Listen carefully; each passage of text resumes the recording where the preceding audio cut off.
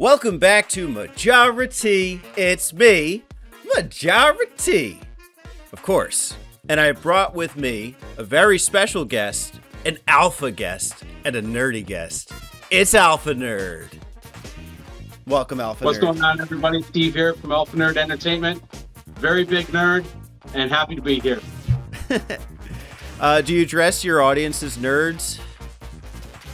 You know, I used to call them alpha maniacs, but I also feel like that's kind of ridiculous, but it's not bad.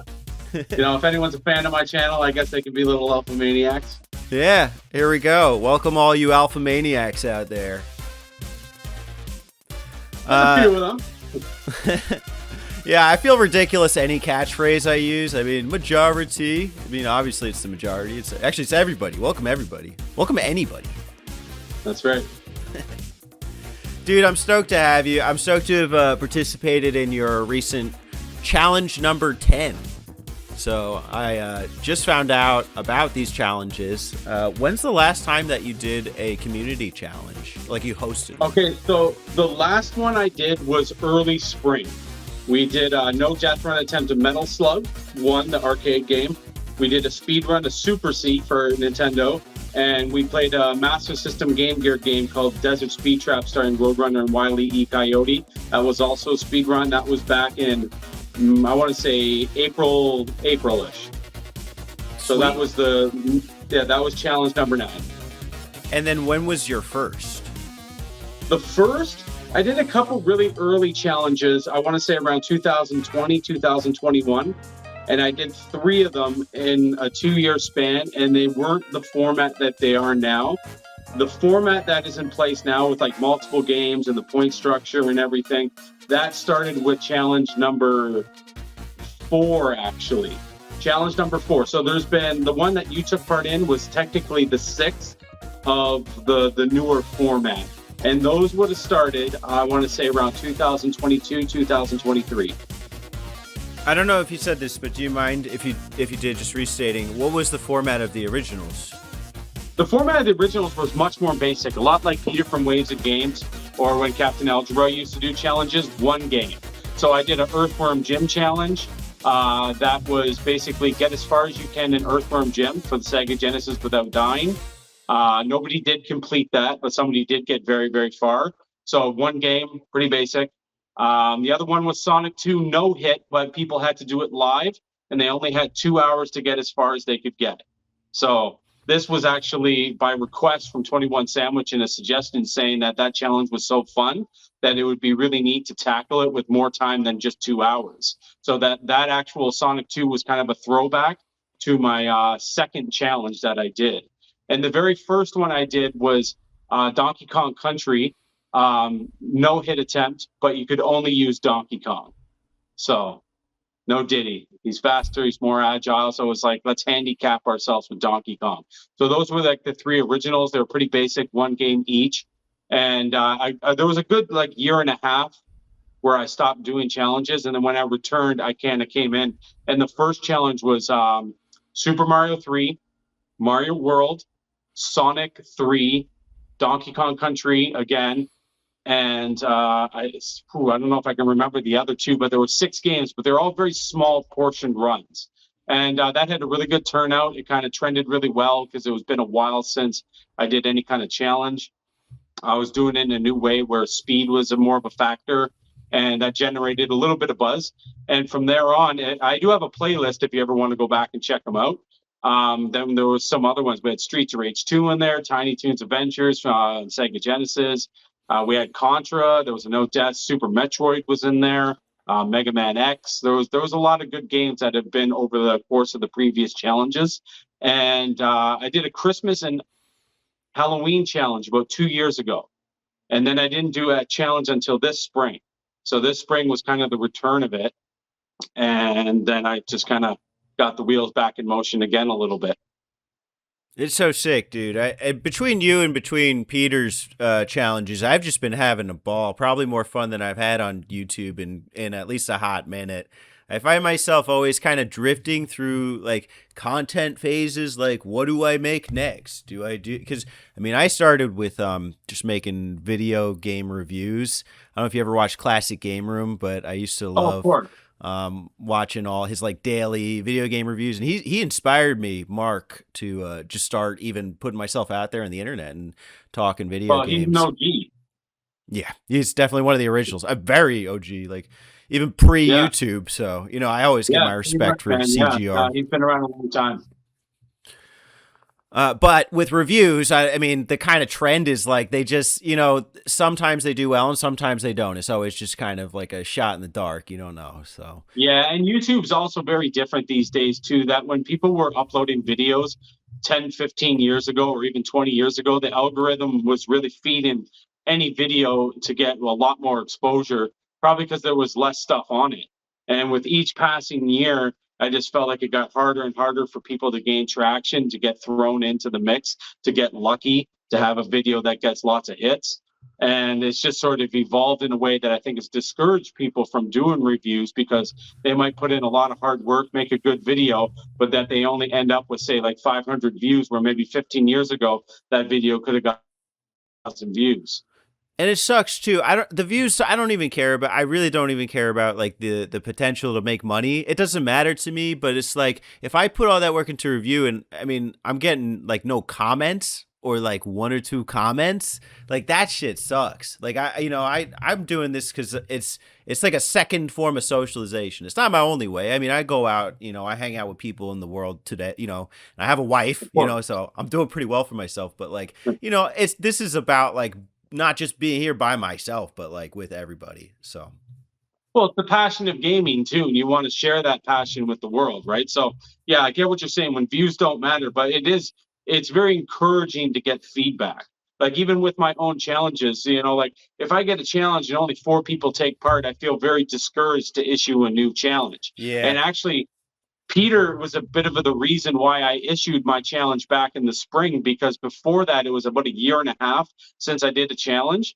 And I was like, oh man, this is great. I love what Peter's doing right now. And I'm like, I'm going to dip my toes back into it again a little bit. And yeah, that challenge did quite well back in the spring. And well, this one did pretty good also for the most part. And, they're a lot of work to make, but they are fun and like you said something in the post you sent me yesterday about you create memories.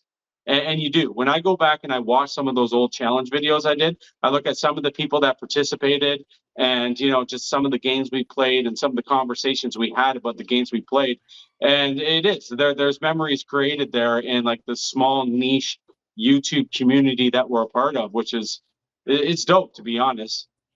For sure, for sure. And I really appreciate you for putting it together and for having me on this one. So, yeah, I man, I'm looking appreciate you forward to taking part, being man. being back on more challenges in the future.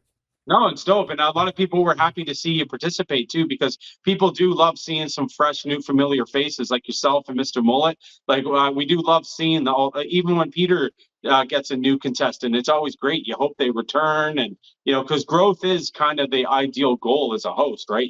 You want it to grow, you want it to trend, you want people to have a good time.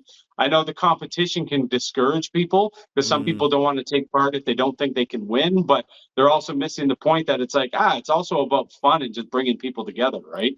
Oh, for sure. When I did this, because you do 3 games, I was like, I'm gonna play Chase HQ too, but that's my goal. It's just play it. Super Mario World, I'm just Sure. gonna play it. But I'm here, That's cool. Sonic, I'm going all in. Like that's gonna be my game. Hey, I that's win or great. lose. So No, that's great actually, because that can really change up the leaderboard too. Because because you went all in on one game, you were able to shake up the leaderboard, and that's great. Again, that's why I do also ask that people participate in the other games, because then it's kind of like cherry picking if they don't play the other games, because it is kind of required or expected, because then it can seem like if someone just plays one game really hard, it's like, well, of course you won that, but then you just neglected the others. But as long as you participate, like my Mario World was nothing special. You know what I mean? I was a little fatigued by the end of it with Chase HQ and Sonic, that I didn't go crazy on Mario World, but I still had fun with it. right. Do you ever have kind of the opposite problem where somebody's like too good when they enter? Yes, all the time. 21 Sandwich has won 4 times in a row. Before that, Paul Tessie, Mega Retro Man, if you've heard of Paul Tessie, he won 3 in a row, and 21 was the first person to dethrone him. And sometimes I think other people don't want to take part because some of those heavy hitters, Hmm. even myself, I've won a lot of individual games over the course of like 30 games now that I've had in my challenges. Um, I embrace it though, because it honestly it makes me better as a gamer. Because like no one, if you play chess, if you play someone who's not that good at chess and you constantly beat them, you're never really going to improve as a chess player. They Right. will, so if you're going up against good competition, it really brings out the best in you. So I don't mind when the best gamers come around, because it's great to see a lot of them go head to head. And in Metal Slug, it was fantastic because we ended up getting, I think, 4 people to no death run Metal Slug, Wow. which is supposed to be a quarter pumping, you know, money robbing game, and 4 people did it, and they did that because of my challenge. That's And like awesome. for me, that's huge. You now having a damageless, no death of Sonic 2, it's like my challenge put that into the world, and It's I love true. that kind of stuff. Yeah, I do. I and love it. I love that too. I mean, we'll get to Sonic 2, but I mean, I love classic Sonics. And for a long time, I used to be like, oh, Sonic 2, man, it just gets too hard at Metropolis Zone, or like, and that would always kind of be my hiccup. And I'd just be sick of taking hits.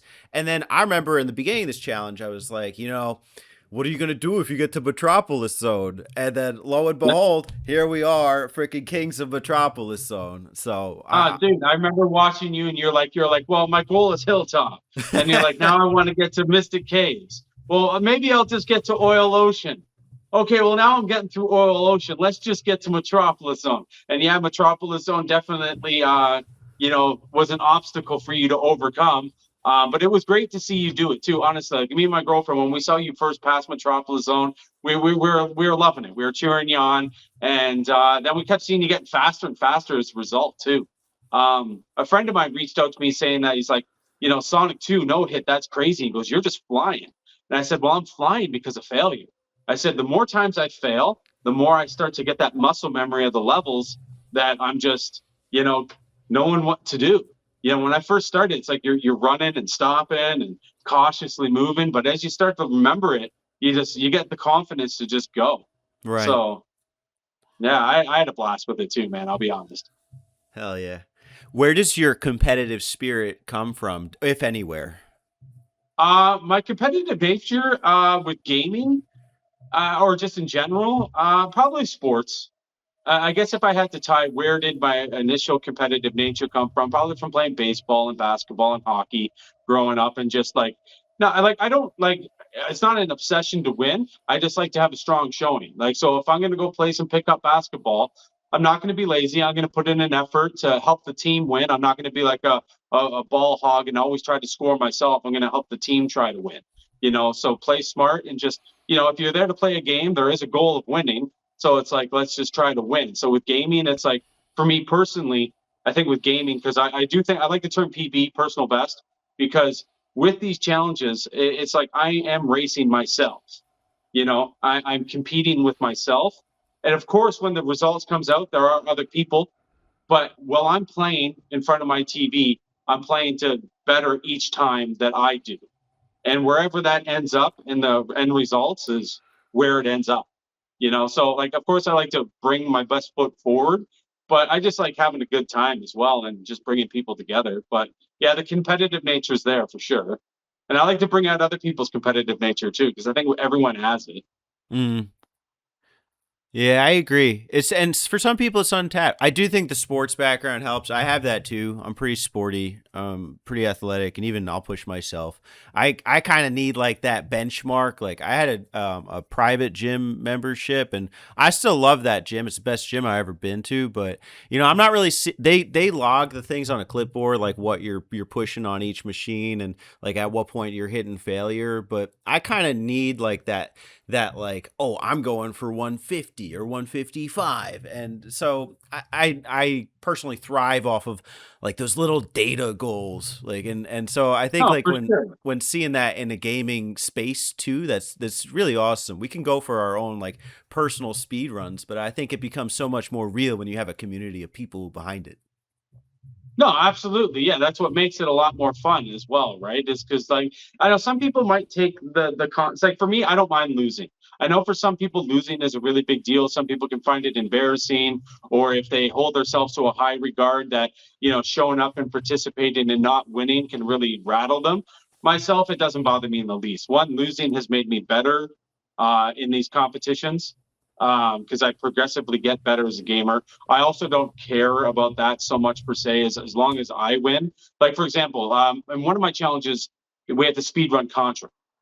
I knew that I was not going to place anywhere near the top of the people that were participating. But for me, the goal was, can I get a no death? And I got the no death. And for me, that's still a victory to me. I have no death run Contra. Did I get fifth? Yeah, I got fifth. That's not the best showing, but I don't care that I was fifth. I still came out with a victory for myself with getting that no death. So yeah, some people don't take the losing the best, but again, I think they're looking at it wrong if they're focusing so heavily on, because it's not necessarily about that, right? It's just compete with yourself and have a good time. Like, even chess, like chess, yes, if I'm playing in somebody in chess, I'm playing to win, but if I lose, it's not the end of the world. So Win or lose, I still love you, but let's get the win if we can. That's what I that's tell all right. my Yeah, teams, 100%. you know? Was I choked when I got third in Sonic 2? Yeah, yeah, I was because I was like, I think 21's first. And I was like, oh my God, he beat me. I'm like, well, I'll probably be second. I'll probably be second.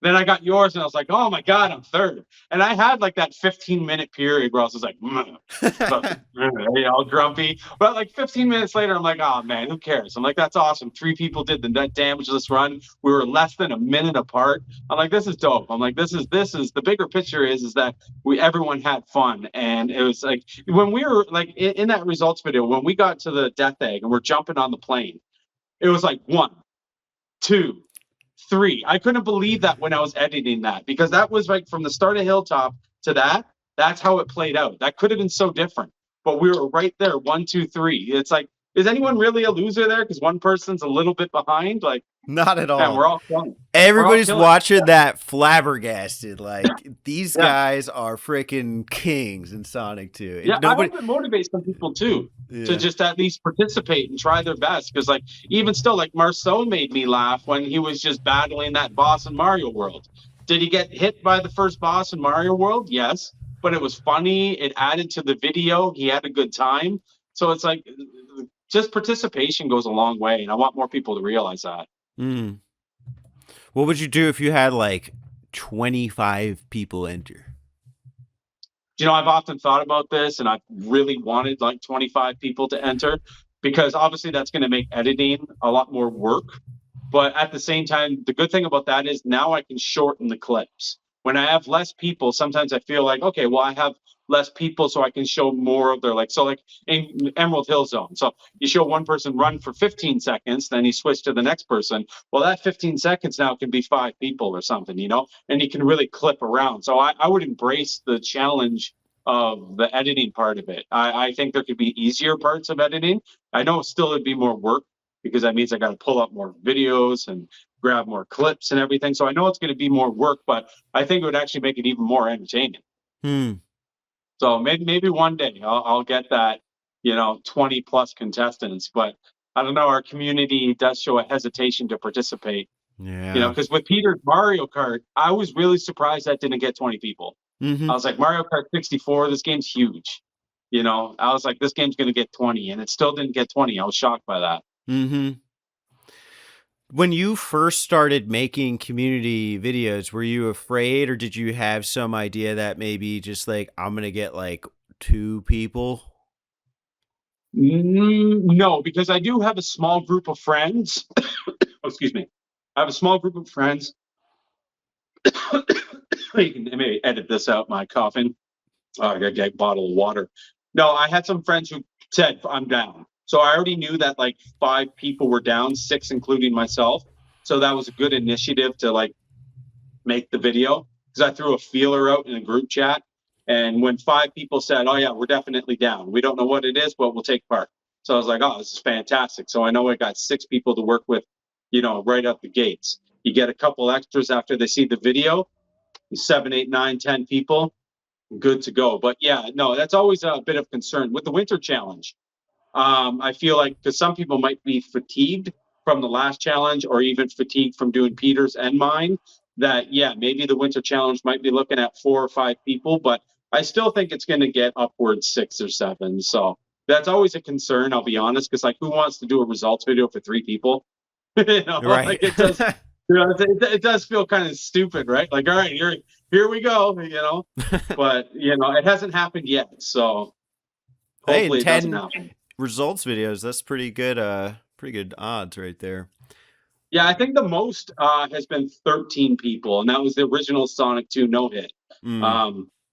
But yeah, I know some of the great gamers have discouraged some people from taking part, which is disappointing. I still think is a little, like it wouldn't bother me. I'd be, just sort of excited to run along them, but Sure. Listen, I'm not. yeah, I'm looking at the Sonic 2 leaderboards. Like, yeah, I'm not going to be first here. I'm watching this guy's 16-minute in-game glitchless time. Like, hello, that's yeah, not going to be me. But it doesn't make me yeah. not want to run Sonic 2 as fast as I fucking can. Like, Yeah. it's I'm just low a. key glad some of those guys don't turn up. But the good thing is that when I include multiple games, if a guy is like let's say top 20 in the world at Sonic 2, he could show up to my challenge and destroy us. But he might be like, man, I can't play this Chase HQ game. I got last place. Mario World, I didn't grow up with Nintendo, last place. So they might not want to take part because they're still gonna face some losses, right? So Right. yeah. And even so, hey, welcome to Traction, I guess, if you get it. No, absolutely. Yeah. All right, I spent the first good like 20 minutes or so doing this more interview style, but I think we can now kind of transition into Sonic 2, the game. So, talk to me about your personal history with Sonic 2 slash classic Sonics. It's a fantastic question. In fact, well, I got my Christmas ornament here because I want to say my Sega Genesis was my favorite Christmas gift of all time. I won't turn it on because it'll just be noisy for like 30 seconds. But yeah, the Sega Genesis was probably my favorite Christmas gift. I remember getting the NES, but when the 16-bit generation came out, there was a lot of buzz because I feel like the NES really helped build, conversation at school. Like it built the popularity of gaming. And then when we got that transition to 16-bit, I remember all the kids were really excited for either Super Nintendo or Sega because we saw the graphical difference.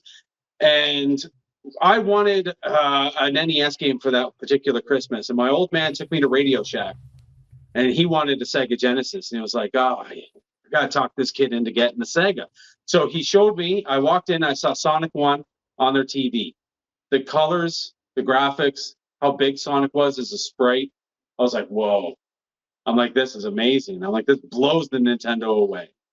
And that Christmas, I got the Genesis and Sonic 1. And instantly just became like, it felt special to me too, because the majority of kids were Nintendo fans, right? Most of the kids were still hoping for a Super Nintendo. And I got this Genesis, and it kind of felt unique to me. Some of my other friends ended up getting it, and Sonic gained popularity. But yeah, so I just sort of fell in love with the classic Sonics. And a year later, it was I want Sonic 2 for Christmas. And then a couple years after that, I remember just like Sonic 3. And Sonic 3 is like one of the best ever. Like when you combine it with Knuckles, it's one of my favorite games of all time. Graphics were up, the levels were bigger, more reticular, a lot more better bonus stages. So there's a huge amount of nostalgia that I get from even when I just see or hear any of the old school Sonic games. So yeah, I would say that's pretty much my history with the original Sonics in a nutshell. Even had Sonic 2 and Chaos on the Game Gear back in the day, and that was just extra. So it's like I already had the 316-bit Sonics and Sonic CD because my old man was very big into getting like the add-ons because he bought his own games. Hmm. So I ended up getting Sonic CD back in the day. So it was like I got 4 Sonics there, 2 on Game Gear. This is just like great. And yeah, no, I've just loved Sonic, the old school Sonics ever since, really. Hmm. And revisiting them is just always a good time. Like I think they've held the test of time.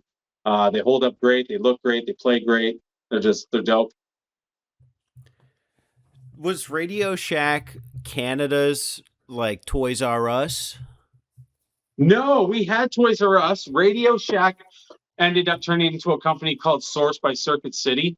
So I don't know if that was an American company that bought them out. They ended up going under around 2012. Yeah, it's the stupidest name too, Radio Shack. It was like an electronics store. It had everything like, CD players, VHS back in the day, anything, camcorders, anything computer related, consoles, anything electronical. That's what they specialized in. And yeah, it was, just a Canadian, yeah, electronics store back in the day. We definitely had Radio Shacks. I've been in them, but the ones I had been in did not have like TV displays with consoles or a gaming Oh, no? section. Yeah. No, and maybe I'm misremembering what the store was that I went Yeah. into, but I don't know. Yeah, I remember they even had Turbo Graphics. I remember the Bonk, and I was like, "What the hell's Turbo Graphics 16?" I'm like, "Nobody cares about that." And I was like, "That Bonk game does look good, though." Yeah, I remember they had all three. Mario World was already out because I think I got my Genesis in Christmas '91, and Mm. the Super Nintendo was just brand new release, so it was a big buzz as well. And I was like, "Well, I probably want a Super Nintendo if anything." He's like, "No, you want the Sega? It's more for adults and big kids." It's like Nintendo's for kids. My dad he really believed that, right? He was just, but yeah. So no, it was cool. I'll never forget that. It was a good time. Do you think your old man was right? Well, I want to say I think history has proven that he was wrong. Sega did go under. Yeah. Um, but for me personally, I'm glad he made the decision that he made. It led to me becoming the Genesis guy that I am. Like when he also used Streets of Rage 1 as a selling point. He's like, check out this Streets of Rage 1. He's like, look, you can call cops in for backup. And he was really hyping it up because he just didn't want any Nintendo stuff. So was he wrong? Sorta, yeah. Because he ended up becoming a PC guy anyways.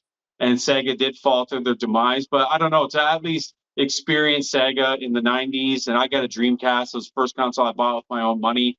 Um, it's a memory that I'll always take. I think a lot of Sega guys are really connected to it because it was, and they did really well during the 16. That's annoying. Sorry about that. Don't worry about it. Yeah, the competition between Super Nintendo and Sega is like the greatest console war ever. 360 and PS3 had a great rivalry. That was a great console war in modern era. But the schoolyard talk, like people were like, man, Mario sucks, Sonic's lame. Like kids would argue over this stuff. And what version's better. Like I remember when Mortal Kombat came out, all the Super Nintendo guys were so choked. They didn't know about the code for blood yet. So they're just like, oh yeah, the Super Nintendo version sucks in Mortal Kombat, and yeah, it's just funny times, right? Because really, you got two pieces of gold. They're both great, you Hmm. know. Yeah, And some neither. of my spoiler buddies had both. I don't see either as wrong. They're just different experiences. I honestly think, because I didn't grow up in the Sega versus Nintendo era. Mine was more like the Sony versus Nintendo era, where it was like Final Fantasy VII versus Ocarina of Time was like the schoolyard talk. Yeah, Um, Metal Gear Solid.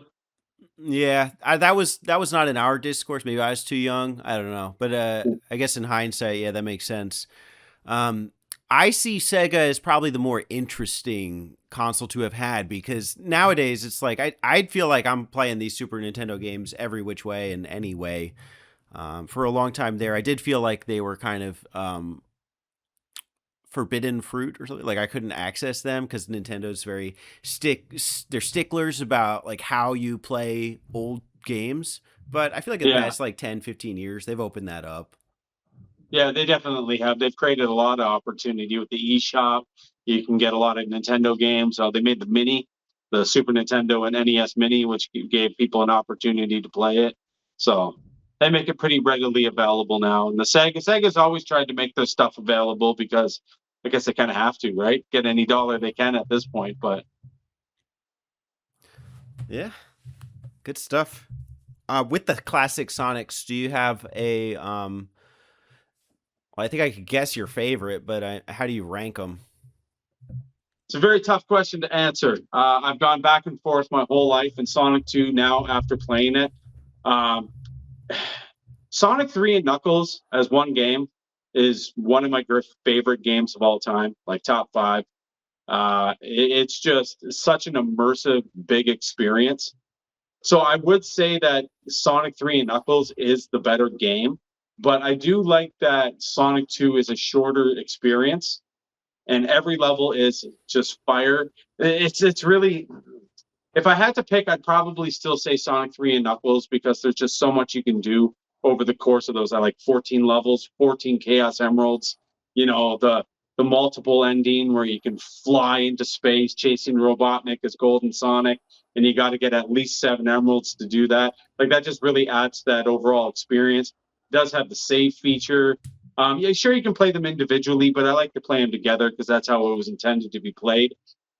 So I do think that Sonic 3 and Knuckles is definitely better. 2 is right there though. Like 1 is absolutely brilliant, but I would have to rank them if you force me. Sonic 3 and Knuckles, number 1. Sonic 2, Sonic 1. Uh, then probably Sonic 2 Game Gear, to be honest. Sonic 1 Game Gear, and then Sonic CD. Hmm. Yeah, would probably be my ranking of the old school Sonics off the top of my head. Mm-hmm. I've still never experienced Sonic 3 with the lock on, but I have played Sonic 3 Air, Angel Island Revisited, which is like the easiest access way to play both together. That preserves the original music. I hate when they bring back Sonic 3 and they change the music. Horrible. You can't play it. Yeah, No. like again, you can play both those games individually because it's like if you just play Sonic 3, beat it, take it out, then pop in Sonic and Knuckles, you're just continuing on right where it left off because like 3 ends and then like you drop the death egg down to the ground in Mushroom Hill and you just pick up right there. It's just when you lock them together, it just kind of you can progressively just continue. Mm-hmm. You don't have to unplug the cartridge, plug another one back in.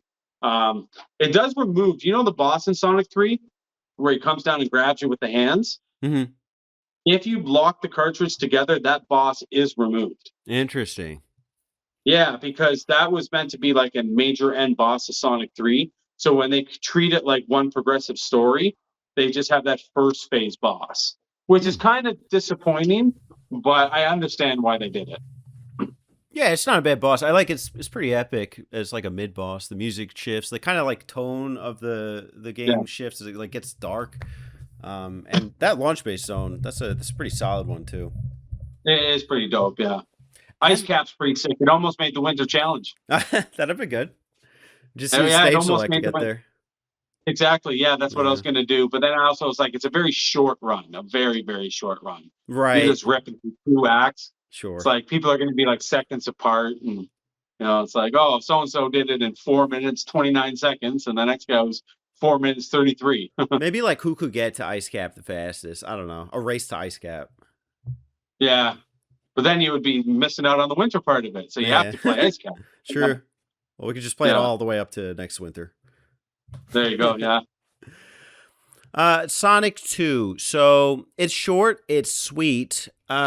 What were your thoughts at the time and how have they evolved, changed?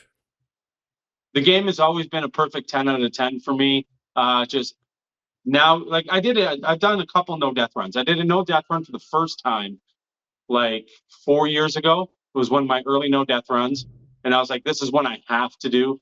And then I speed ran it, which is still faster than my damage list. It's on speedruns.com glitch list. I think it's like a low 41 in-game time. Or no, it's faster than that. It's like a low 35. And that was another no death. And now this time doing the no hit, it just brings it up. It just brings it up. The music is one of the best soundtracks from that era, no question. And it's just always been a perfect 10 out of 10. So it's like it's just getting better and better with age. It's like fine wine, right? And the more ways you find to play it, like this damage list run has definitely enhanced my appreciation for it. I actually just submitted my speed run, or not speed, well, I guess it is a speed run, but the damage list run to speedruns.com until I do a speed run. And I'm 2 below you for real time and 1 below you for in-game time. Are you really? I figured you'd be very, very close because I was checking my original speed run and it was just a little bit quicker than my damage list run, and I'm just behind you in the damage list as well, right? So I was like, if you or 21 submit your times, I figured you'd be right in there around my original time. And what kind of shocked me is that I tried harder this time for sure. but it's different. You got to pump the brakes at times. Like with Metropolis Boss, if you watch my speed run, I take the hits. I'm just like, boom, pump. I don't care. I just beating you fast, where we had to be like, no, man, we got to be super cautious. And that's probably a good segue to talk about brutal spots to get hit in Sonic 2, because that did change the experience of the game in a big way. Oh my God. There will be trauma at certain segments for the remainder of my playthroughs. But I would like to, maybe there's a way to do this, maybe there's not. But even if it's like you, me, 21, if we could like all like race each other like in speed runs or something, I think that'd be dope. Yeah, that'd be pretty sick. Yeah, because I kind of want to revisit it, but then I was like, oh, I got to move on to Mario World. I got to, improve my Chase HQ, because when I got the no hit, I was like, now I just want to just go, as fast as I can. Jump through the fan. Like, do you know the fan trick? Not the one that you did, but you can go through the other fan. Yeah, the one on the right. I didn't even do that in my speed run. So I'm like, oh, that's a nice time save right there. Like, who cares? Sure. You can even just get the shield and, don't even need to take a hit even. So, or damage. Right. Yeah. There was so much argument about that by chats. People were like, it's not damageless. It's not hitless. You got hit. I'm like, I didn't take damage. Get the hell out of here. Like, it's semantics. It is a damageless run. If people are to be really annoying and technical about it, it's a damageless run. My thought was like, hey, if Sonic's never dropping a ring or dying, is he really being hit? The shield's taking a hit. That's right. Sonic's not. Like, if you had a shield and I came and punched that shield and the shield popped, did you take any damage? No. Did you get hit? No. It's like, you didn't get hit. The shield did. But if the people were like, oh, well, okay, so whatever. It's not a hitless run. It's a damageless run. Whatever. Yeah. Let me see you do it. Chatter. We could do it. We could do it. We would just be moving a little bit slower. So it's like, whatever. Like, who cares? I don't. Yeah. I know what I did. I'm proud. I don't care either. The shield's there for a reason, right? And it quite literally protects Sonic from taking a hit. So, is that really a hit? Because its whole purpose is to protect him from being hit. So maybe they are wrong, But it's a stupid thing to argue, really. I see their point, but it's also kind of like, you go do a damageless run, then you can have an opinion. Yeah, exactly. It's not like saying like it's a no death run if I just died. Like that's different. That's obviously wrong. That's totally different. Yeah, that would be completely wrong. It's not an obvious wrong thing. So I think people need to relax. Yeah, absolutely. And again, the shield quite literally takes the hit for Sonic, and that is the whole purpose of a shield. Like if you have a bulletproof vest and you get shot in the vest and you don't take a bullet, and the vest does, isn't that the best purpose? Isn't that the shield's purpose, to take the hit? So I don't know. In the woods, shield on the hog. You gotta drop a ring to take a hit, as far as I'm concerned. So and that can happen over and over and over in Sonic if you're not careful. So somehow ring keep run doesn't quite roll off the tongue. Yeah. Never drop a ring. It should be a trophy for it if it was like on Xbox or PlayStation. Never dropped a ring. There we go. We got a YouTube trophy. Let's do the segue. So let's talk about what are the most brutal places to take hits. We're going to go through each of the zones. Sure. I'm going to kind of excerpt this from my own video project later. Let's start with Emerald Hill Zone. So Emerald Hill, easy zone, easy starter point, but it doesn't mean you can't get hit. What are some of the maybe not brutal, but roughest ways to take a hit in Emerald? Well, if you're playing quick, you can get hit by one of the fish by accident at the start.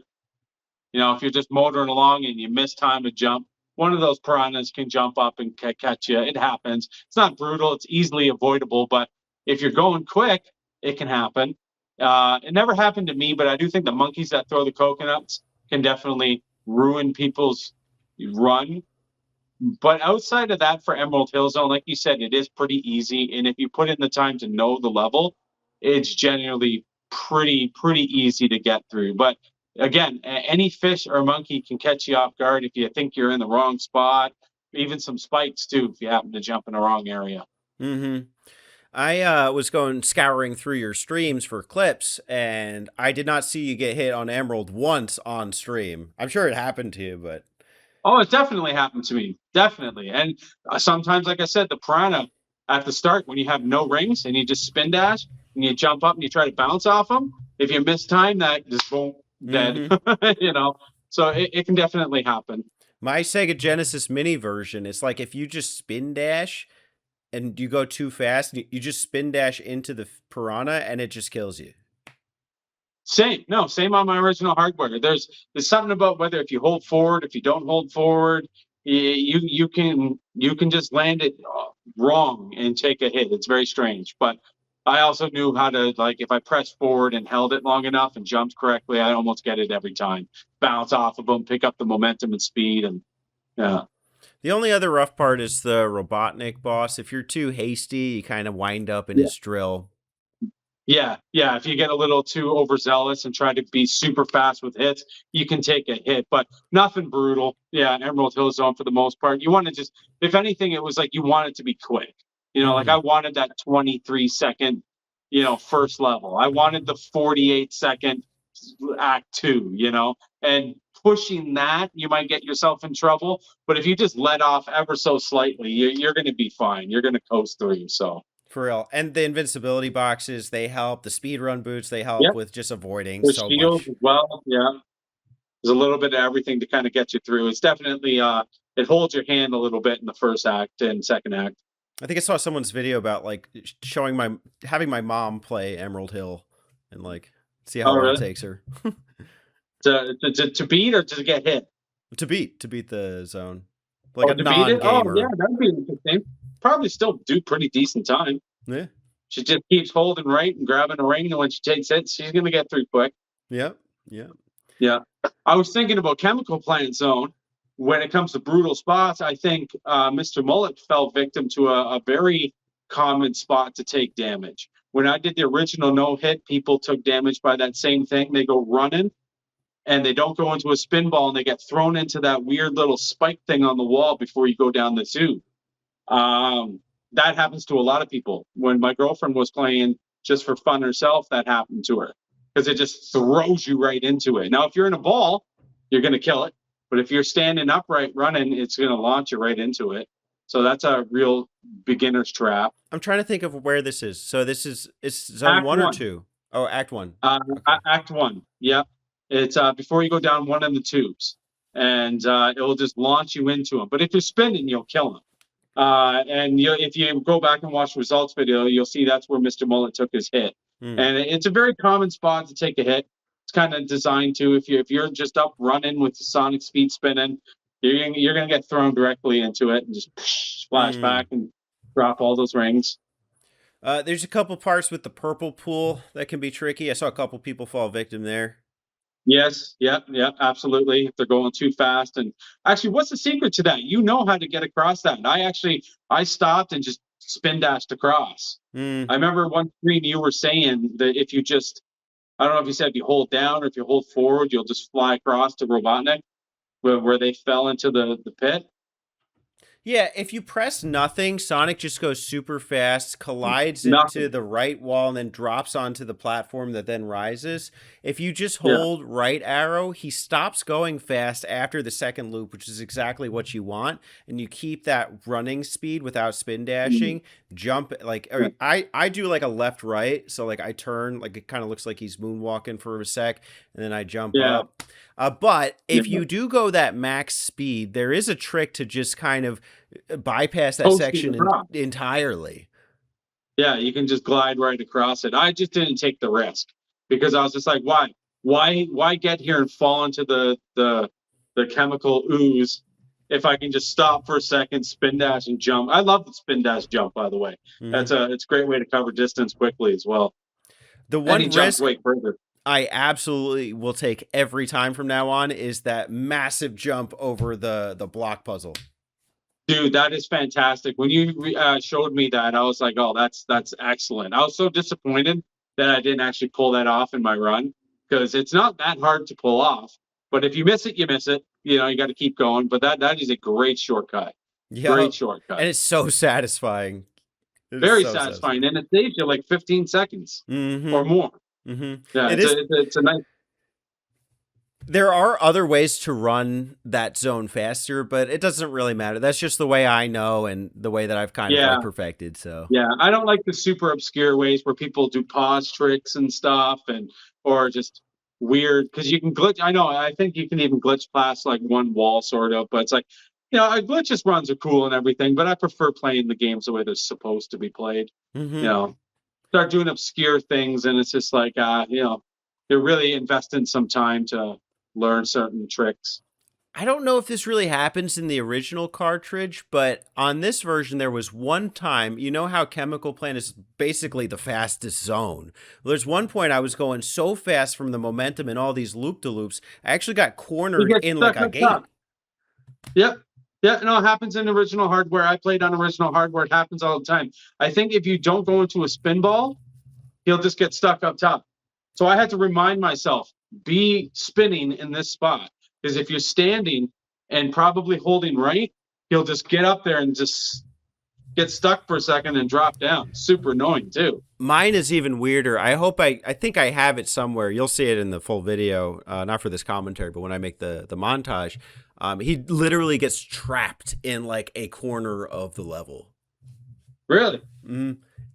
Yeah, I guess anything can happen. They are kind of buggy games, and like a lot of people have figured out some exploits and wall hacks because there is probably you can learn how to do these things. Oh, they look But so stupid though. Every time I watch the I, like the I know glitch it's not runs. for me, especially Sonic One, where all of a sudden you go into a wall and it just screen starts moving like crazy, and I'm just like, what is this? This ain't Sonic. Like this is just That's I guess for it's cool. computer science majors, not me.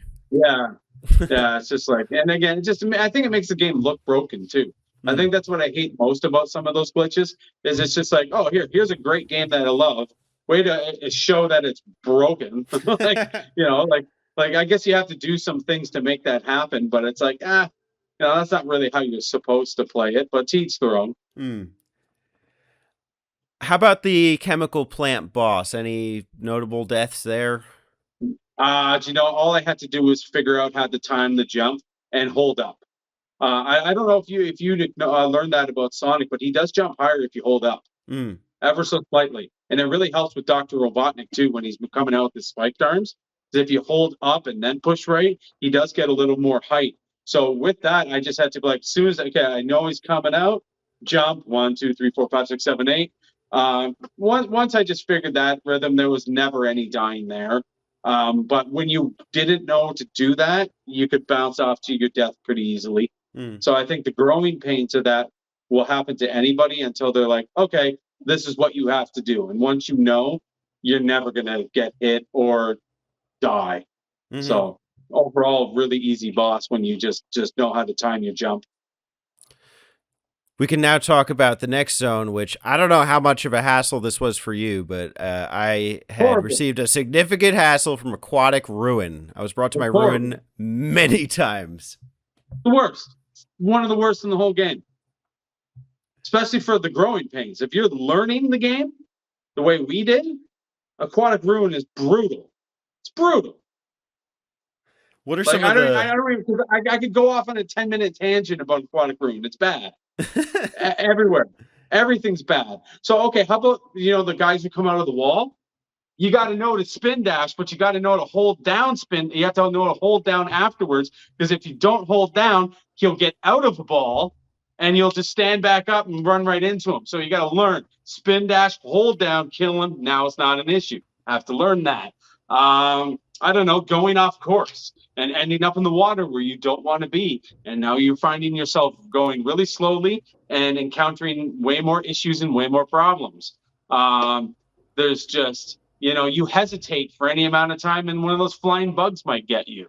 Aquatic Ruin is ass, but easy once you finally master it. But that's easier said than done because you've got to go through hit after hit after hit after hit and then find new ways of getting hit, and you will. And then eventually you'll start to get good. But even then, it can still ruin a run and cause a reset. Like it sucks. Aquatic Ruin? I put up a poll on YouTube here, just putting 4 zones. It was like Oil Ocean, Metropolis, Emerald, and Aquatic Ruin. Which do you think I had the most like deaths or damage at? It was 100% Aquatic Ruin. That had almost Yeah, same. it was more than Metropolis significantly. Yep, absolutely. Yeah, just way more. It's just that could be because we're trying to play so quickly, but no, it's just a tricky level. Mm. It's just two tricky stages where there's a lot of places you can just get hit, and it is in many regards worse than Metropolis Zone. Mm-hmm. And it's so precise. The arrows that come flying out, if you just like, you don't see them sometimes. And then also you Yep. spring through the loop to loop, but an arrow came across. Sometimes springing up and then hitting something. Sometimes a little robot drilling behind a waterfall that you didn't see. A Yeah, pillar yeah, just shoving Sonic to his death. yeah, Oh, yeah. You talk about the robots that you don't might not see.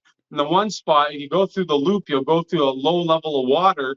And if you stand up for a second to do a jump, the one guy will come out and get you, and you're like, okay, always be a spinball there, mm-hmm. because it's like, where did he come from, And But the freaking yeah, totem pole Robotnik boss. I mean, he's fine, but it's like if you just mistime one jump or like you try spin dash into him, you just go straight into an arrow. yeah. Do you know that the hammer won't hurt you? Yeah, because you said that on the stream. But actually, Yeah, in modern I had to ports, figure that out. in like I was Sonic like, this hammer's Origins, hurting you. they changed it so you can get hit. Oh, that's kind of cool. The hammer should hurt you, in my opinion. I Mm-hmm. almost felt like it was like a bit of a mind fuck that it didn't hurt you because it Mm-hmm. was like, oh, you want to jump away and you might jump into danger. Meanwhile, it's like, oh, it does nothing. I was Right. very surprised that that does nothing. I was like, really? Like what, 30, over 30 years later from the first time I played the game, I'm like, this hammer doesn't hurt you. I'm like, wow. Now, it only took from Anticlimactic. 1992 to 2025 to figure out that hammer doesn't hurt you. But hey, better late than never to know. I still jump like a madman pretending like it's going to hurt me. Yeah, yeah, I think it's just instinctive. I think it's supposed to just make you want to get out of the way. Next one's a complete gamble. It's Casino Night. Mostly very easy. I would say the boss is the trickiest. But there are some spikes in unexpected areas if you don't leap, like at the start of Act One. There's these spikes down below. I took a hit one time, so annoyed because normally I run out and I just jump across those moving blue blocks. And I normally land on one of them, and if I miss one, there's a spring to get up and progress. But if you fall early, there are some spikes there, and those are really about the only thing that I think posed any kind of resets in my runs on Act One. Act Two, man, Act Two, like, that was just a very easy world in my opinion. Time consuming, annoying to try to do quickly. But as far as taking hits goes, I think both acts were probably some of the easiest. The boss, you miss time your attack and you can take a hit. So yeah, for the most part, I felt Casino Night was one of the easier ones, and I could relax a little more on that stage. It's a bit erratic because like you're flinging everywhere. It's like a little pinball Sonic, and then all of a sudden you think you're going the right way, and then you just go into a patch of spikes. Or it's like, let me hop across the blue blocks that are moving across each other, and you're doing the slow platforming, like you're what is it, like Marble Zone from like Sonic Yeah, 1 kind of platforming, and then all of a sudden you drop from those and you just land on spikes. There's not a lot of enemies, like you're right about that, so there, you won't find a lot of spaces to get hit by things, but there are places to get crushed or spiked, which I don't like. Actually, there are plenty of places to get crushed. That's very true. one of yours in Yeah, Act 2 is like where you go down in the lower portion to go get a shield, and then you just spring back up in order to get on the platform to go up. But then he just, if you time it bad, then the crate comes and yeah, you spring and crush yeah, yeah, Sonic yeah, right yeah. there. You can get crushed. It's true. Yeah, I would have changed route in that level, but I was already kind of just at that point. I was like, well, I've already muscle memory this path, so I'll just stick with it. I knew there was a quicker route up top, but I was like, I don't want to invest in learning that now, so I'm like, I'll just stick with this. I took a different way to get to, I think it's the same shield. I think if you go a little more right and then you Yeah, like pivot down and you roll down, you can get the shield that way. I don't know. yeah. It's Actually, safer. that's a different shield. I passed by that shield. That was another reason I'm like, why am I getting this first shield when I'm passing the second shield? Because I knew your way, you were just getting quicker to the second shield. Mm. So I would go down, get the first shield, spring back up, pass by the second shield when I could have just went all the way across the top. And I was like, whatever, this is my route now, and I'm committed to it. I did the Whether same it costs thing me. later in Metropolis, so we'll talk about that part Yeah, too. that's right. Yeah. I know what you're talking about there. Yeah. Just say you get comfortable with the path and you stick to it, kind of thing, right? Yeah, even if it doesn't make sense. Yeah. Next one makes a lot of sense. Is frickin' Hilltop. Wow, wow, wow, wow, wow, wow, wow, wow, wow. I love Hilltop Zone. It definitely posed a lot of danger when I first started getting there. But the more I played it, the easier it became and the more fun it became. One of my favorite stages. You can get hit in many different spots, though. Let's be real. Like, there's those little. I remember you took a hit in one when you were first learning too. That little orb thing that has like the fire around it. If you just go up there, kind of, you're too slow and you'll just fly right into it. Those things are annoying. The little dinosaur thing that comes out of the lava that you just jump straight over. Actually, you can make the game freeze, with that dinosaur. Very bizarre. And this is on OG hardware. You can do it consistently every time. If you fly up full speed, land, don't hesitate, jump and hit his head, it will freeze. I did it multiple times. So when I started doing it, I was like, full speed land, wait 1 second, then kill him, then jump across. Would never freeze. But you try doing that without a hesitation, the game would crash. Literally crash. So I was like, that's kind of weird. But yeah, you can fall into lava. There's other little spikes that come up from the ground. You can get stuck where you can run out of invincibility with the lava rising too. If you're too slow and miss a couple jumps, that can go bad really, really quickly for people. The boss can be a bitch if you don't juggle yourself correctly. I know that killed a few of my runs when I was kind of getting good, so to speak. The boss was kind of irritating at first because I wasn't bouncing high enough and I'd fall through him and take a hit and then just lose my rings. I was like, what's this? This is BS. So, but yeah, I loved Hilltop. I don't know about you. Yeah, Hilltop's great. I just didn't feel like I had the same flow on Hilltop as you did. I feel like you could really breeze through it. And I typically, because you have like a different way of using the seesaws to get up that I tried to avoid. I would go for the invincibility and then go over just to stay safe. That's true. But I love Hilltop's personality. It's a great zone. But like it's a weird one to maneuver through, like spin dashing from over like a seesaw to go across. Or I like kind of flexing on it too, like when you take like those little swings down and just kind of bypassing them entirely. Yeah. You do a couple of little tricks there. I had one myself, and you can kind of play it your own way there a little bit when you know what to do. Yeah, I have my preferred way. I like to drop from like when there's like the 3 swing set. I like dropping from the first one. Either if I'm playing normally to the left and just getting the 1-up box and bouncing back up, but I started to go straight for the seesaw. Whereas you can take that first swing all the way and then just spin dash off of that. I saw you do that. Yeah. My only thing was I just dropped straight in between the gravel and the swing and just fell straight in the lava one time. I was like, oh no.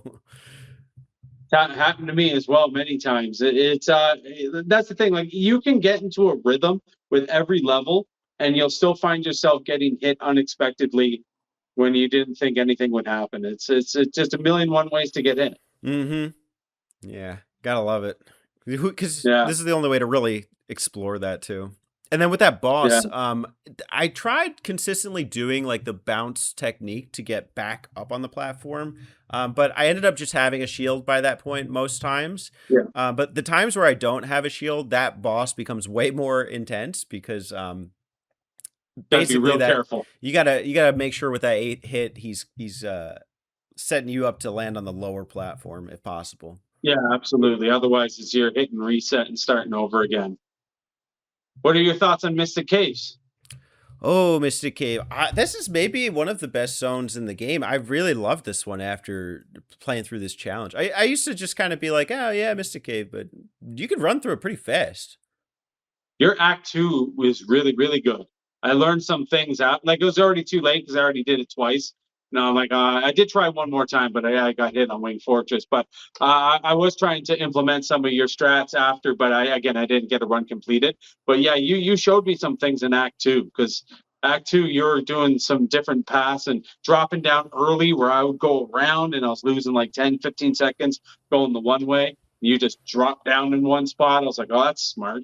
I You know? only discovered that like the day before that with those like springs there, that if you just fell Yeah, down, it would the take you springs. there. Yeah, It's like the more yeah, you play the levels, the more you see components and go like, wait, this is like right above where I just was. And you know what? When yeah. I'm playing Sonic Origins, you can actually see on the leaderboards people's times. And I'm seeing times like 19 seconds and 20 seconds. I'm like, what the hell is this? Like, how are people clearing this and the Robotnik boss in 19 seconds? I think some of it's some Sonic Origin glitchiness.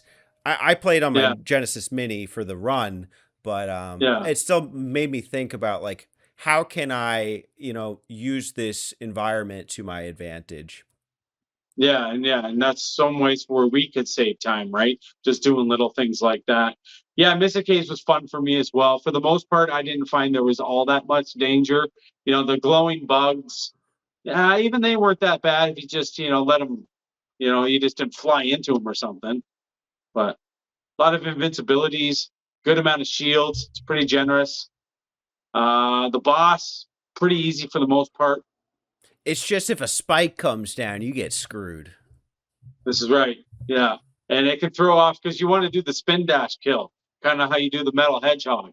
And if you're doing that and a spike comes, it just like kind of ruins your rhythm. But And I don't see like a rhyme or reason to the pattern of the spikes. I can't predict it. It's always random, and I think it's random. more times than not, I find myself like starting to spin dash and then like a spike's right there. So it's always a little tense moment and kind of a gamble Yeah. about, am I going to get this, boss to get me to the minute 1 mark, or am I going to have to take a minute 10? Yeah, exactly.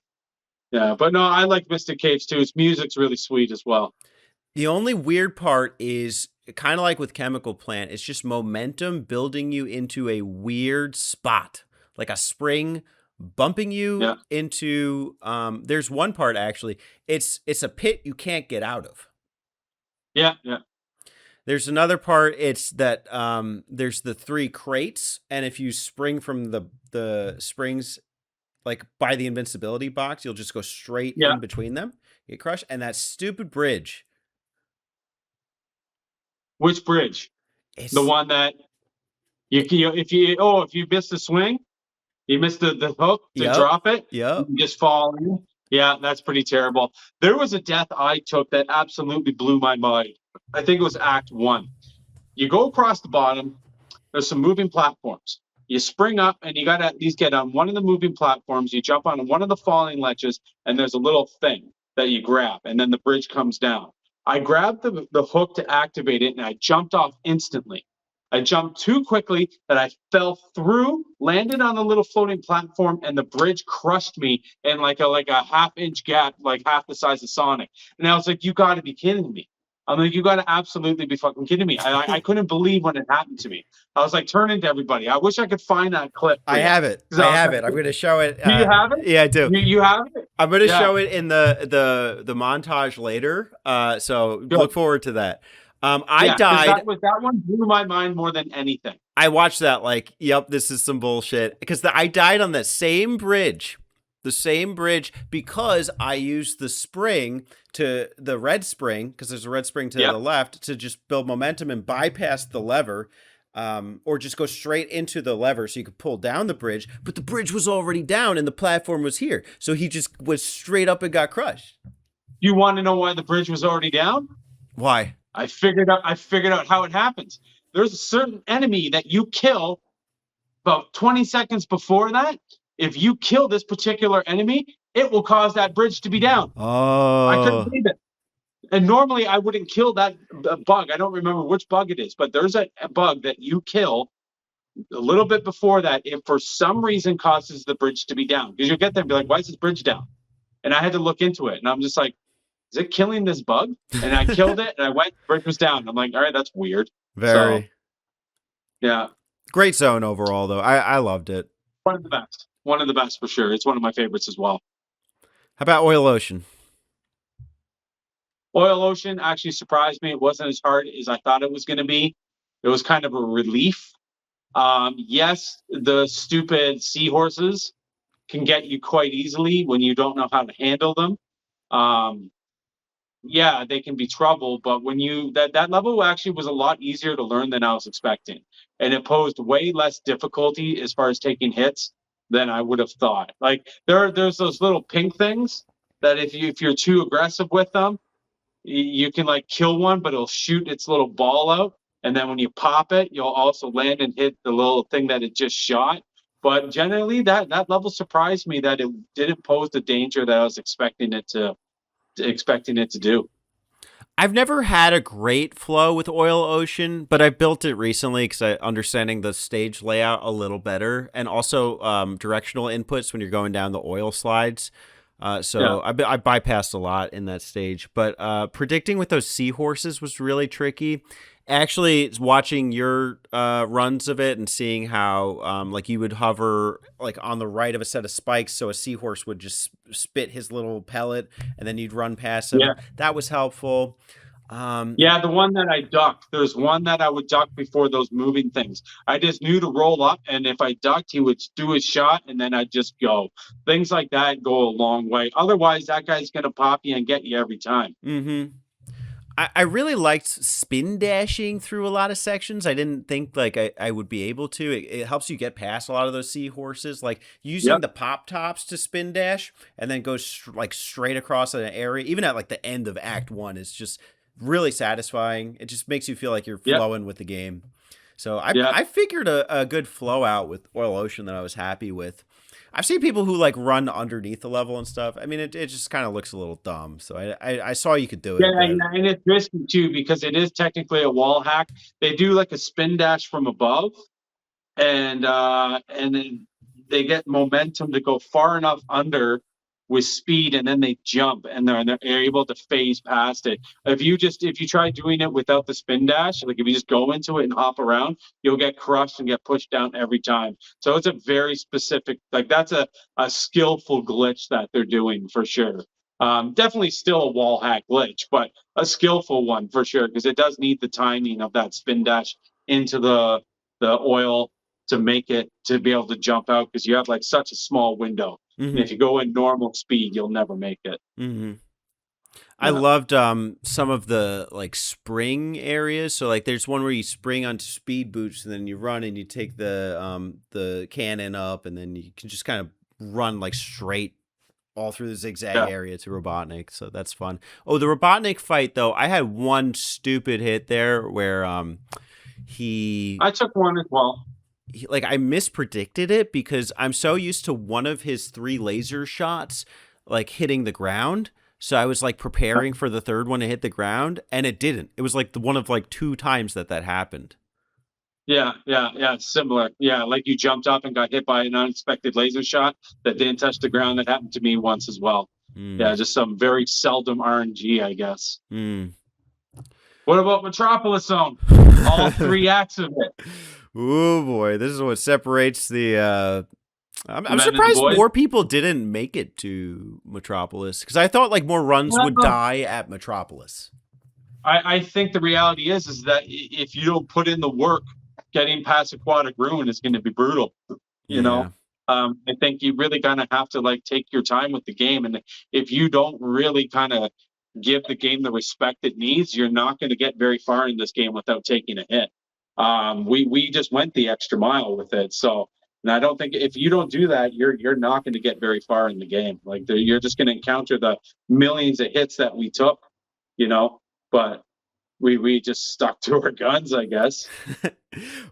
Oh boy, I worked through fire and flame through Metropolis. Yeah, Um, you did. I mean, you as well. So, I think Yeah, you learned a yeah, lot of the strategies that supported me. And yeah. Oh, the boss fight too was a real bitch for me because I wanted to do it the fast way, like 21 did, but that's risky. It's yeah, risky. It's dangerous. I know you can do it if you get in the rhythm, but if you don't start off in that rhythm, you're taking a hit, and then it's just brutal. That was just a gamble I was not willing to take. I know that Yeah, like if you stand a little bit, like it could be either left or right, and then it's kind of the opposite of your expectation with his orb swing. You would think that yeah, like when the orbs are like higher is when you would be safe, like if you're on the left, and then the yeah, orbs are high up. But it's kind of the opposite. It's like when the orbs are yeah, lower, and then you won't get hit. I don't much yeah. care Because the about Victor are about that. to leave. Hmm. Because when they're up high and you jump, they're coming down. So when they're lower, it's like you go to jump and they're like going back up, kind of thing. It's tricky and it's hard on the eyes to try to time. It is. It's just tricky. And then the way we do it, the risky, huge jump of going over. Oh, That's brutal too. the hitbox is so bad, and Sonic's jump is just high enough. Just Oh, kind of, every jump was like kind of nerve wracking without a shield because you're like and I obviously I had runs ruined where I jumped and I was not many, but I think at least two, and I was like, oh great, cool, got all the way here, and I didn't make one of those jumps, and now I'm hitting reset again. and you I like I, I think want to talk when about level two. what's that? So go ahead. You I was first. gonna say Act Two though. What about Mm, that mysterious spot at the start of Act Two where you go into the bouncy thing fucking and there's hate the it. praying mantises? Brutal. I think you're right, though. You said it was a time thing. I think that it has to be the only answer. And I refuse to be in a ball. I would not enter that thing in a ball. I had to be standing. That was my belief too. If you were in a ball, they'd be somewhere close, ready to hit you. Those praying mantises are garbage. It definitely was a timing thing, and that's why I started timing it. I started gunning it. So on Act Two, there's like the little lava pits and the conveyor Get belts. across the I had yeah, tried to bypass the conveyor belt entirely and just go for the platform, like because if you yeah, just if you gun it in that way, they both come up in time, and you don't get hit by the yeah, crab. Because if you wait too long, the crab gets too close, and then it's just such a booby trap. yeah. It's The whole treacherous. all three acts are a booby trap. You got the starfish, the praying mantis, mix it with spikes, things that can crush you. It's just a world of doom. It is. The crabs are brutal too, because if you don't jump far enough over them, their arm hitbox is pretty big. Like you really have to clear the crab to hit it and kill it. Hmm. They're annoying. Yeah. Metropolis One was like surprisingly fun and fast to run through. Yes. Yes, it was. Yeah, like a minute something. It, Hmm. it wasn't that bad at all. Yeah, and like it was fun to cruise through. Actually, you're right. Metropolis One was like you could relax on it. Two and three, he had to kind of really never lose focus. Because losing the shield in Act Three, I know it happened to you a few times. It happened to me. You want to get to the boss with the shield, and when you lose that shield, you're already like, oh man, what am I doing? Like, well, why am I getting to this boss without the shield? It's kind of over. So with those like the bumps that get you up through the level, like boing boing boing Yeah, boing, right? Um, I think on like would they fix this in later games where there's like soft bumps and you just kind of go up light, but in the versions we played, I guess it's just only fast bumps, which is why you go flying straight into the praying mantis. So yeah, I my only resolution for the Act Two one was I had to hold down right, like on a Sega Genesis pad, if it was like the down right yeah. input, and then that would keep it so he didn't go flying all the way. Yeah, yeah, same. Yeah. I was doing something similar as well, holding either the opposite direction. So in most cases, it was, oh no, I was holding actually left. Hmm. I was holding down left myself when going up. Just because when you come out, you can kind of gain some little pullback or whatever. But, and the whole thing was just like cross your fingers and fucking pray. It Yeah. was, like almost every time. I did start to get consistent at it though, which was really nice because then it didn't feel like an issue anymore. But the annoyance in learning that, because that's the thing, we're really undermining how demoralizing it was in the early stages to get there over and over and over, which is like what, about 25 minutes, right?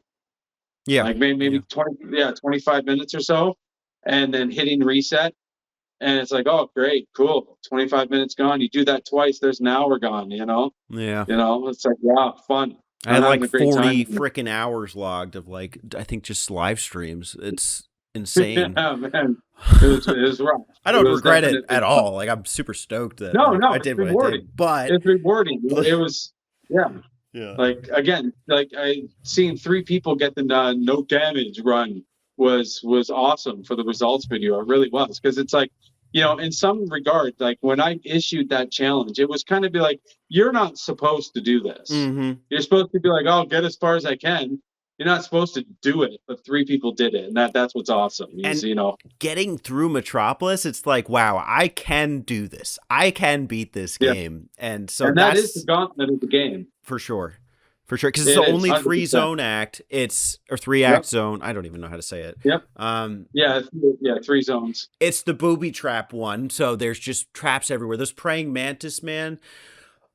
Just learning the jumps for them. I did learn, like, there's a couple ways to approach them. You could either try and, like, run fast enough to jump over them and avoid Yeah. their throws, or you could kind of lure their throws and then let it come closer. Yeah. There's one area where you're actually in a box with a praying mantis, and that spot got me so many times, and I got so frustrated. I just kind of let him Yeah. throw it Even first the and then go spikes over. coming in, the spikes that go up and down and out of the squares, Mm-hmm. even that spot got me a few times, because there's a couple of them. And it's like, you don't want to rush it and just take a stupid hit with one of those little arrow spikes coming out. There's just so many spots. And even near the end of Metropolis 3, where's that unexpected praying mantis at the top that usually Mm-hmm. isn't there, but sometimes he's there. And you got to prepare for that, because if you're like expecting him not to be there, that's when he'll be there. So you have to kind of like run the little nut up to the top, or the screw, or whatever you want to call it. And it's like, yeah, oh, he's there. All right, let's just wait. Let him turn around, spin dash his ass. For a while, I had like this little mantra in my mind. It was like, because they're the starfish on the right, and depending on the version you play, sometimes they activate, sometimes they don't. But I would say one fish, 2 fish, 3 fish, mantis. It was like 1 fish, 2 fish, 3 fish, 4. But by the 4th one, you know that you got to look up to see the mantis and make sure he's not walking towards it. Yeah, there's just so many stupid spots, man. But also fun to master. Yes. Or fun to get good at, rewarding to get good at. And even as hard as it is, I think we still established that Aquatic Ruin is probably worse. Yeah, I agree. Although Robotnik just makes this the worst, I think. True. Robotnik does make it hands down the worst. Absolutely, it does. He's a crapshoot. It's just, I can't guarantee I'm going to clear him anytime. He's probably the worst boss in the game, even in over Death Egg. For sure. I think so. Yeah, for taking the no hit, he definitely got me more. Because like I think there's the mandatory getting hit in Death Egg run. I think we all talked about that. I guess we should probably move to Sky Chase then. Yeah. Well, Metropolis is long enough that they will cover this, amount of time. Yeah. We can talk about Sky Chase. Easy, but also doesn't mean I think every single one of us took a hit on it. So it ruined all 3 of the people who completed the task. All had runs ruined by Sky Chase Zone. So you have to pay attention. You have to learn what to do. You got to know where to be. Figuring that out's not so bad though. No, not at all. And I still play it pretty cautious. But Same. And there were times I was playing with my headphones on because I was just like, I just don't want to listen to the game audio anymore. But I was like, if I got the Sky Chase, I got to turn the audio back up because I'm listening for the sound cues. It's always moving at a set time, 206, 208, whatever it is. And when the music just kind of crescendos, I'm not like clearly thinking about the moment, but then like there's 2 sets of fighter jets that move. One is slow, and the second one just boom, it comes fast. And so I've gotten hit by that second set. And the turtle. It still poses danger. It has no shield, so you definitely got to figure it out. Once you figure it out, you're going to be pretty good. But again, like it was really frustrating to beat Metropolis Zone. I think that's the worst part about Sky Chase Zone is you get there, you finally get through Metropolis Zone, and then you take a hit on this stupid act that is just supposed to be generally easy, and now you're hit and reset because you just got hit in a dumb spot in Sky Chase Zone. It's demoralizing. It's you just want to get annoying. Yeah, because you want to get to Wing Fortress. Because wouldn't you say Wing Fortress is relatively easy besides the boss, maybe? As long as you know what to look out for in Wing Fortress. My thing about Wing Fortress is like The It's its jumping at the own bottom. it's its own gauntlet. So yeah, if you take that bottom route, like that's your timing with the jump has to be very particular. If you try and reposition, you're just dying, you're just I'm never falling. taking the bottom road again. Do you know the fan that you used? Do you know why I thought you always took a hit? Because I thought you had to go towards the chicken. So every time when I was Oh. a kid, I'd get the shield and jump up, and I'd fly up, and I was like, "Oh, cool, shortcut." But I'd fly to the right, get hit by the chicken, go over top, and fly across. I didn't know that you could just go through the fan and to the left. So I was always going into the chicken. So I'm like, "Oh, sure, you can use the shortcut, but you're gonna get hit by the chicken." And then I watched you do it, and I was like, "Oh my god!" I'm like, "You don't even have to go to the Dude, chicken." I'm like, I why was was I so drawn to the chicken? I was sitting here I thought, watching you go the bottom route, like, yo, this guy's like, oh, if you got this far, you got to go the bottom route. You got to do the like, you got to go the real man's way. So for a while there, I was doing that method, and then I yeah, got through it, cleared it, and got to the fucking Wing Fortress boss, and died there. And I was like, I'm not fucking doing that again, because I would get yeah. to Wing I'll never Fortress. use the bottom route again. Now that I saw what you did, because it's like, who cares? That's a fair. That's not a wall hack. That's built in the game. That's even normal. even if you took the shield hit there with the chicken, there is another shield to the right by the Yep, second just up ahead. You invincibility. could have been, yeah, yeah. How many shields are there in that? Are there three? I only can think of two, and I wouldn't know where the third one is. Oh, okay. So there's the invincibility, two sets of coins, and then there's the shield after that. So yeah, there's two shields. Hmm. Yeah. But the thing that sucks about taking if you do the damage with the actual fan, there's never a shield past that point. Hmm. So that's the rip. You got to lose your shield, do the shortcut, do all those little jumps across. Which now that we're older, that part's not a problem at all. When I was a kid, that part stressed me out. Hopping across the disappearing platforms, It you still know. does. I'm still very careful with that, but I Oh, kind of have my I timing just go down. at the right time. I'm just like, I'm gonna wait. I'm not gonna rush this. I got caught off And then the guard by the boss. springs. You get spring to the right. Um, I got spring to the Oh, right those and then things are sprung annoying. back. Oh no, you Yeah, know those what? things Because are annoying. You I got was like pushing run, like holding right, yeah. and it Oh just no, dropped it'll me throw you. straight to It'll the kill you. fucking pit. Yeah, kill you. Yeah, that's a learning thing. I actually told Thumb Brothers. I said if you get to Wing Fortress, because he just wanted to beat the game for the first time, which he did. I said when you get to Wing Fortress zone, there's going to be these little things that shoot you. I said as soon as you touch them, let go of the D-pad. I said because if you hold forward, it's just going to kill you. I don't know why. It's stupid. It's a troll. It's a trap. But just if it grabs it, let go and go with the ride. Take the ride and go because those things are dumb. They are pretty stupid. I'm literally surprised they're in the game, but. That's one of those like you have to have experienced at least once deaths. That and also just Literally. falling off the plane in the beginning of the stage, not knowing you're Yep, supposed to yep. jump off. That's Yeah, happened to yeah, yeah. me. That's happened to me before too. Not in any of the runs this time, but in my life, I've missed the jump at the start. Yeah, it's I only miss it once this time because I tried to spin dash off the thing and I just collided with really the wall. because you can almost always spin dash off, right? Almost. Yeah, that's Almost. crazy. Yeah. Did that ruin a run? Did you have to reset because of that? Yes. Oh, dude, that's bad. That's bad. You must have been so mad at yourself because you're like, all I had to do was jump. Actually, all you have to do is hold forward too. That's Hmm. all I ended up doing. Just running. You'll have Sonic running on the plane. As soon as it touches, you just run right on. So Mm-hmm. I'm just like, I'll just do that because it's never failed me. But man, yeah, I would be choked. I'd be raging. I'd be raging hard. But it's because of my own stupidity, really. But yeah, that's rough. The boss isn't too bad, but you got to be careful. Yeah. After seeing, You- because I didn't know there was the first time I got there, I was just trying to like every time I would push the PB, I would try and just do it from my own accord. So I didn't know there was like a safe box if you're just in the bottom left or the bottom right. Yeah, yeah, yeah. They're both safe, right? Yep. I think the bottom left is 100% safe. I don't know if the bottom right is 100% safe. I can't say for sure myself. I feel like the right might be dangerous, but I could be wrong. Hmm. Well, I made it through each time without that being the problem, but my problem Yeah. was getting the laser to tail you. So you have to get it to tail you Mm. all the way to the wall, and if you don't and it goes to the middle, then there is no way to avoid that hit. Yeah, there's no way it traps you. You literally get, yeah, I saw that happen to you the one time. Yeah, because yeah, that laser is a bitch. I always wanted to be more aggressive with the laser, getting hits, but it's like, yeah, you might get that extra hit, but then you might fall down and hit one of those floaty spiky things. And I'm just like, nah, 2 hits at a time. I'll Yeah. just take my time and jump in between everything. Now it might be worth it, but I mean, is it really for like the 10 seconds you're going to get? I don't know.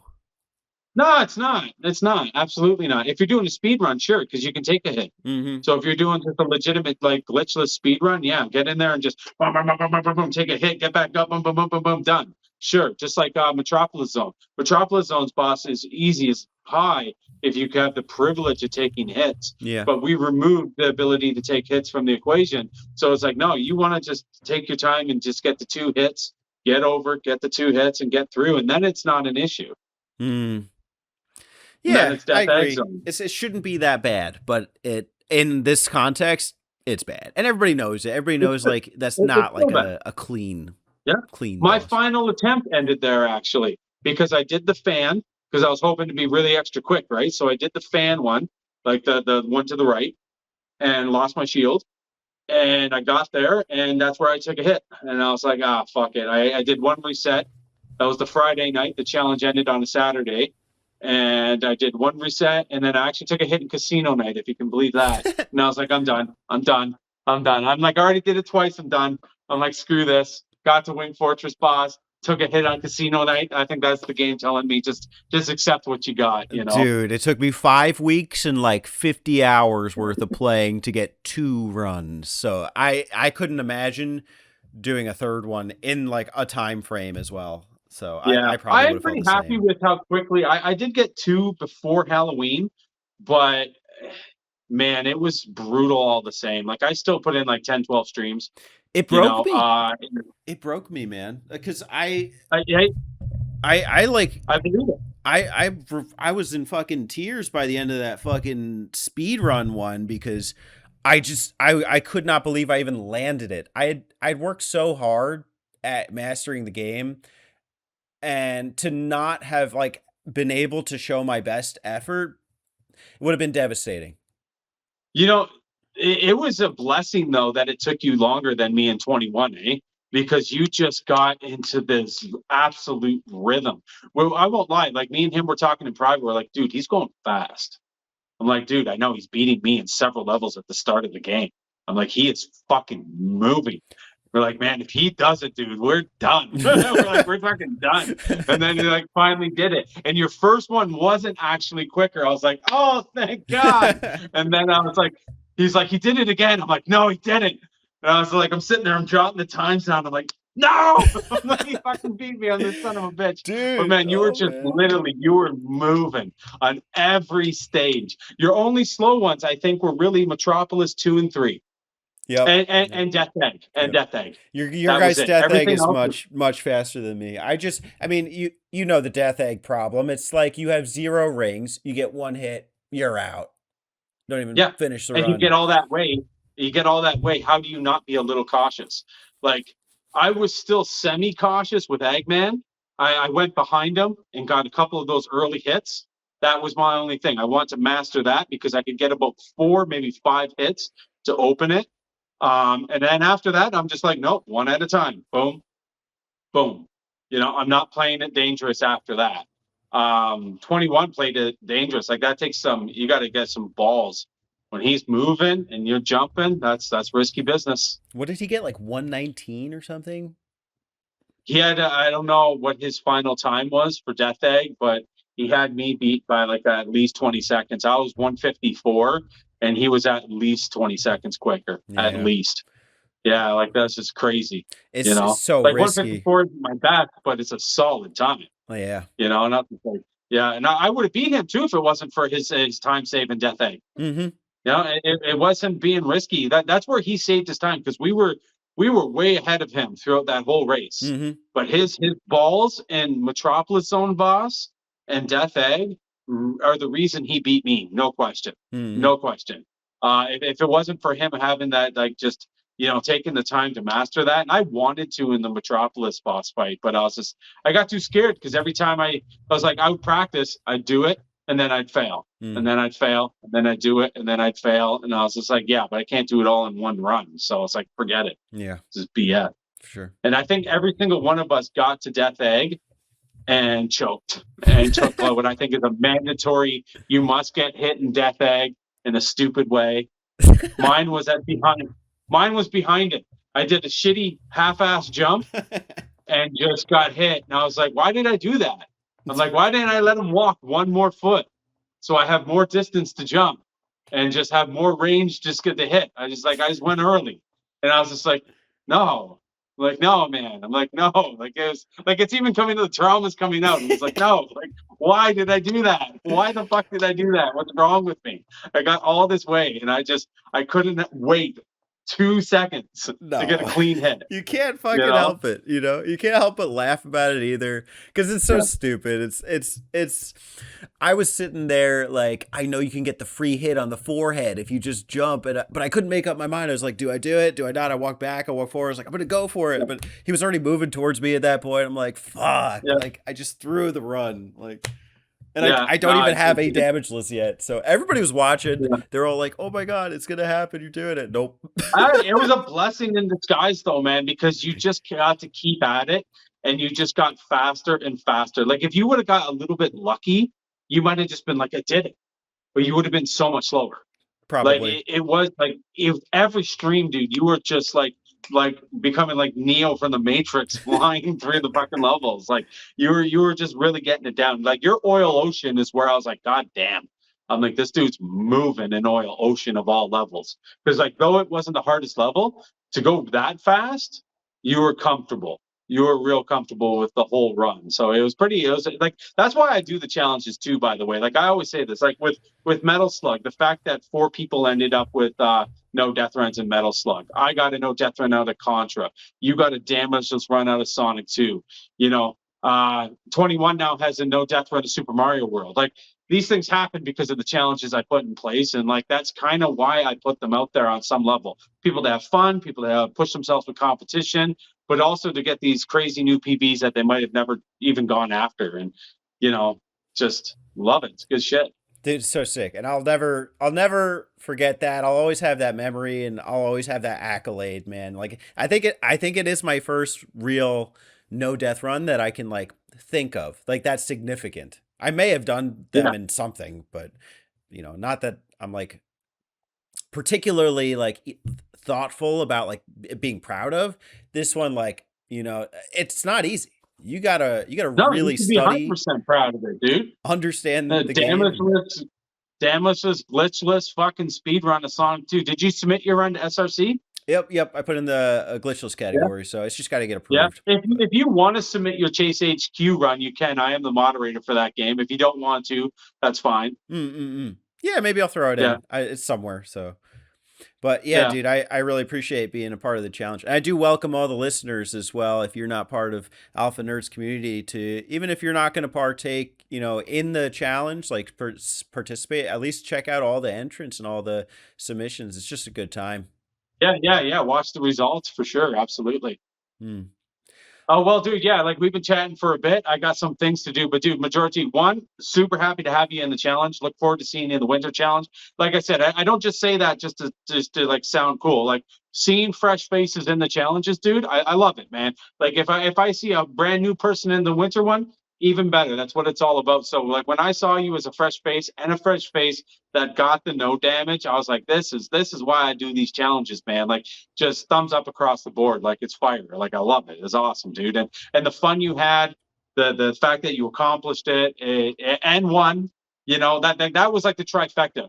Like I really like when it was all said and done, I was like, man, he deserved the win. I'm like, he earned this. He earned this first place finish. Like, I would almost have been like a little bit disappointed if like you got second or something. I was like, man, you earned that victory, you know? And I think that's why like everyone was like happy that you got it. Cause it was like, you put in the time and you got crazy fast and you know, about 50 seconds ahead of me, you son of a bitch. So congratulations. Thanks, brother. Next time it's 120, but I don't know. We're going to see. Yeah, for sure. Cool. Well, it's been a blast. Excellent time chatting about some Sonic 2, some games, and some community challenge. We will definitely see you back here, Mr. Alpha Nerd. Absolutely. Well, thank you for having me. And again, I'll just remind everyone, check out my winter challenge if you're interested in these challenges. Because, yeah. And, dude, thanks for having me. Thanks for participating. And it has been fun chatting with you. Likewise. My pleasure, brother. Take care.